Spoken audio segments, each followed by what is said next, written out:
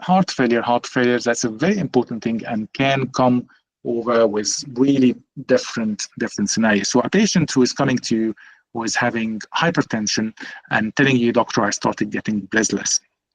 Upon questioning, you ask the patient, tell you, doctor, specifically when I climb the stairs, or doctor, when I'm lying flat, I can't really lie flat without being breathless. So you need to ask these questions to the patient. Do you get any leg swellings? Oh, yes, doctor, I get ankle swellings. So be always aware about that.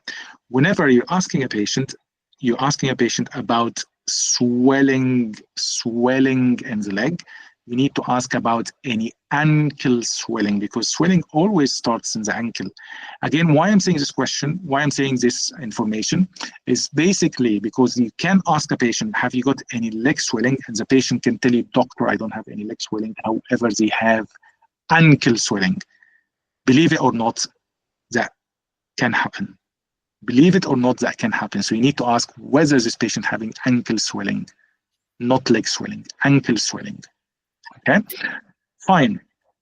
So a patient's coming to you, so with like this sort of breathlessness, and coming to you, newly diagnosed heart failure can come with different scenarios. So imagine a patient coming to you with newly diagnosed heart failure, telling you, doctor, I'm having this sort of swelling in my leg. And also this patient actually is having diabetes, and this patient is on metformin. And coming to you, and you do think this patient has heart failure. From the scratch, what can you do? So first of all, you need to bring this patient for examination.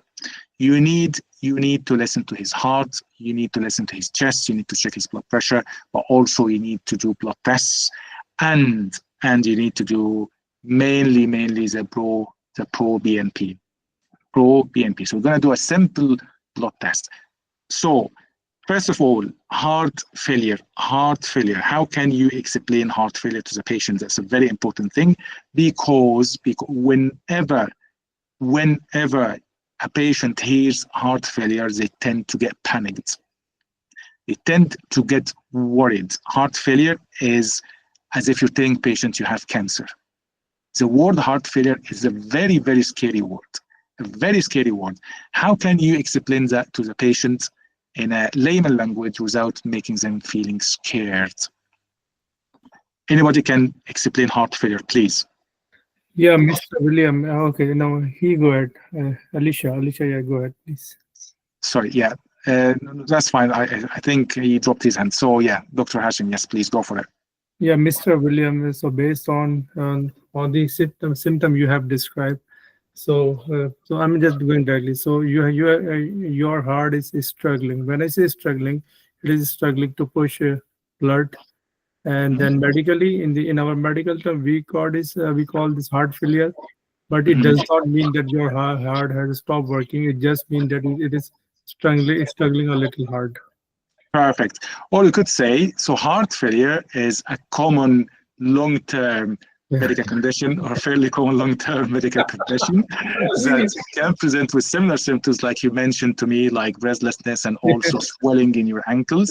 So this condition actually meaning that your heart is not pumping blood as it should be. It might sound more scary than it actually is. The good news is this condition can be actually brought under control with medications. It is However, if left untreated, what's going to happen is, unfortunately, it can affect your heart negatively and the rest of your body, and also can cause fluid buildup in your lungs and make your breathlessness worse. Perfect. So that's why I'm asking about heart failure. How can you explain it? That's a very important way to explain it. Yeah. Perfect. So can you request an echo? For any patient who is breathless? No, you need to do a BNP first. You need to do a pro BNP first. Or like a BNP or NT-pro BNP. There's a minor difference between them both, but don't worry about that. Don't worry about the difference between them both. Okay. What else you need to do? If this comes back on the higher side, we can also arrange for a chest X-ray, we can arrange for an echo to assess the function of your heart. To assess the function of your heart, we can do an ECG, a heart tracing as well, to check how good your heart is in terms of functioning as well. Okay, so it's very important to know what's the level of BNP.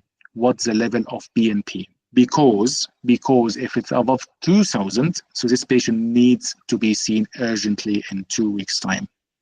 If this level is between 400 and 2,000, this patient needs to be seen in 6 weeks' time.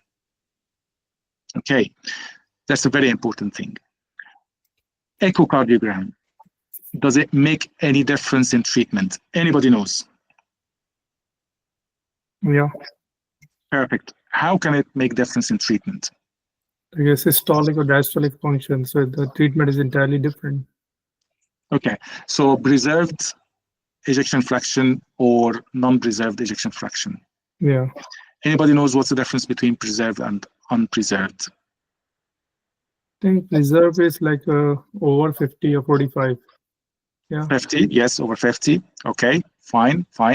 And below 50 is unpreserved. Okay, so does it make any difference in treatment? Yes, it does. Yes, it does. If it's preserved, then we can treat with water tablets, can treat with furosemide. Okay, that's a very important thing. If this patient, her echo actually comes back unpreserved, then the next step is going to be, we can have a discussion with the specialist, but also we can start her on the list of medications that I have listed here, like ACE inhibitors, beta blockers, and diuretics, but also mineral corticoids, ivabradine and sacubitril. All of these can be specialist medications, but always you need to tell the patient if the echocardiogram came back suggestive that your heart is not, or severely not, pumping blood as it should be, then what we need to do is to start you on a list of medication. Okay, but meanwhile,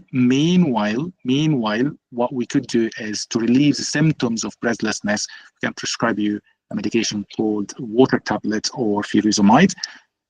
Very important to warn the patient about the side effects of furosemide.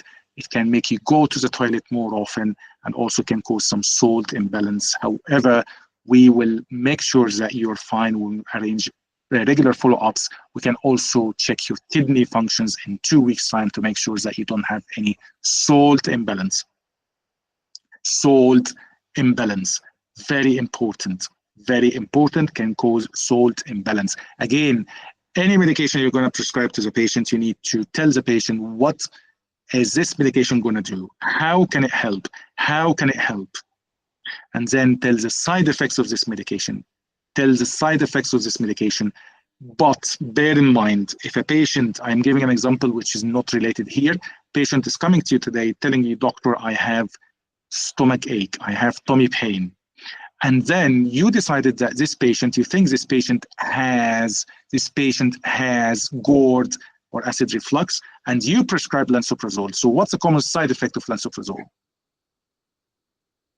I'm giving an example, just an example. What's the side effect? What's the common side effect of lansoprazole? I mean, long term is low sodium. Fine, but what's the most common side effects of lansoprazole that can happen actually even straight away? Tummy upset. Why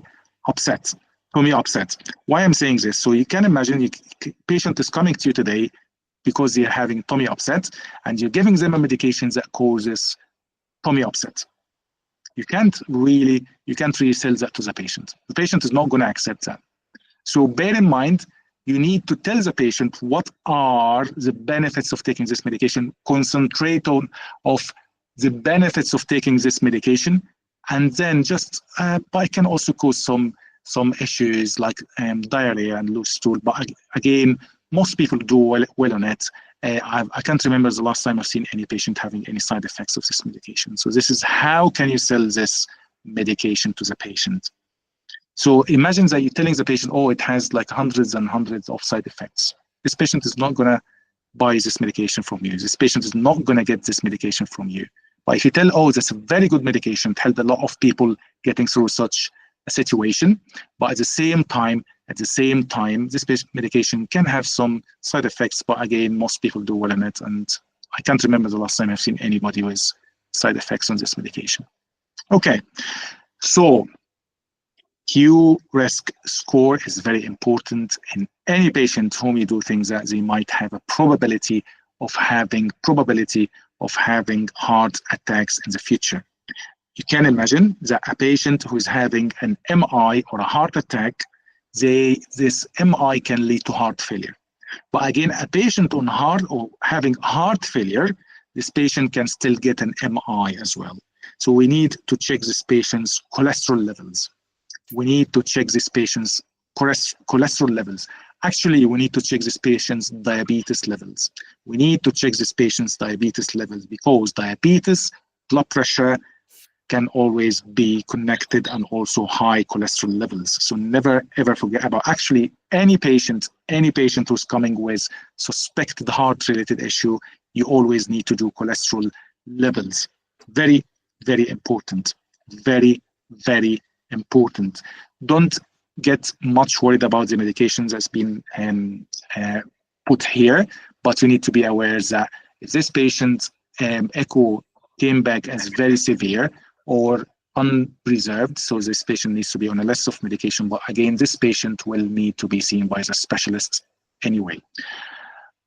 The reason why I mentioned a patient who's coming to you with heart failure and diabetes, why I'm saying this, a patient is on metformin, coming to you today, diabetes is on the higher side, and this patient is having heart failure. So what's the next step is going to be? If patient's HbA1c is 60, coming to you today, this patient, you think they have heart failure, and actually you did the investigations and came back as heart failure, and he's coming to you today with also uncontrolled diabetes. So what's the next medications that should be prescribed here? Anybody knows? SGLT2. Perfect.